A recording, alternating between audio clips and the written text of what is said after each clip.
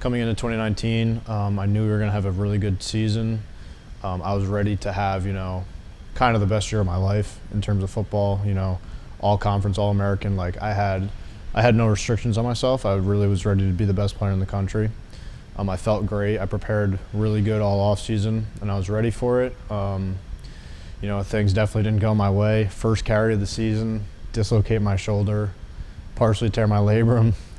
Go back into that game, kind of banged up. Probably shouldn't have been in and probably shouldn't have played the week after. But I was just, kind of battling with myself, telling myself, you have to do this, you have to play, you can't miss a game.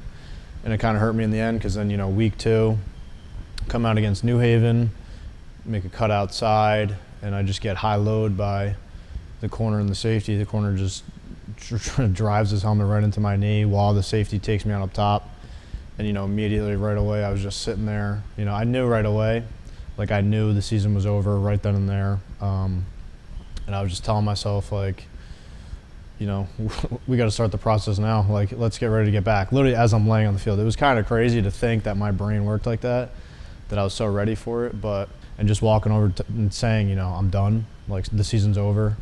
It was tough. So I fully tore my ACL and my MCL. So the MCL you don't have to repair at all, and then with the ACL, obviously, the knee, you can't really side-to-side movements, which I knew that was gone, so that was the full repair. Right after, just kind of talking with the doctors, they were like examining it, but I knew just from people telling me in the past, and you saw like I got hit forcefully, so there was a ton of bruising. It didn't look good at all, so I knew right away. I had so much swelling, I had to wait like a month and rehab before to make sure the knee was healthy going into surgery.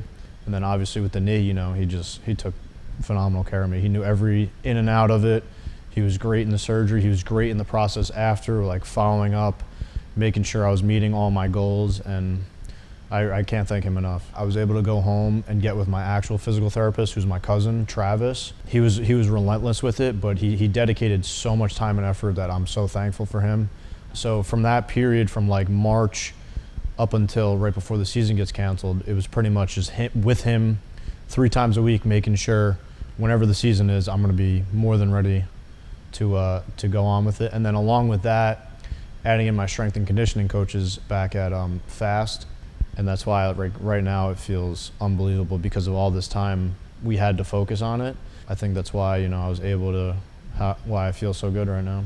It's been really great to see this kind of journey come full circle, for Brian. I think, again, recruited him out of high school. He came from a very successful high school program. He had a very successful high school career. Coming up here, establishing himself as a freshman, playing a significant role as a sophomore and a junior, and then to see that taken away from him his senior year was tough. It was tough for him. It was tough for us. I'm just really happy that he's seeing the results of his hard work, from the last 2 years, really, the recovery. And I think he's stronger and better than he was before the injury, and that's that's all due to his dedication and hard work. But Brian, knowing the situation, knowing the success and the production that his teammates have had in his absence, still wanted to come back and be a part of this, and still wanted to come back and contribute. And he wanted to end his football playing career on his terms and not on someone else's, and not on due to injury. So I think it speaks volumes of his resolve. It was really special to get him back on the field, and for him to go over 100 yards that first game was awesome. And then obviously in our second game to get him in the end zone again for the first time in 2 years. And so I'm just really happy for him. It was a special moment, I'm sure, for him and his family, and it was for us in our program as well.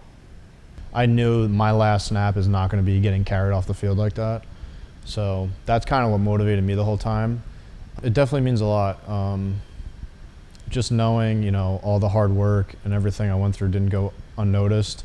And that, more importantly, the people around me didn't go unnoticed. Because again, like I said, I wouldn't be here if it wasn't for my doctor, my cousin with the PT, my family supporting me. Like, I wouldn't be here. So this award just goes to show how great the people around me are, and it doesn't necessarily say much about me because it's just how I was raised. So I think, the Mayo Clinic nominating me for this, it definitely means a lot, and I really appreciate it.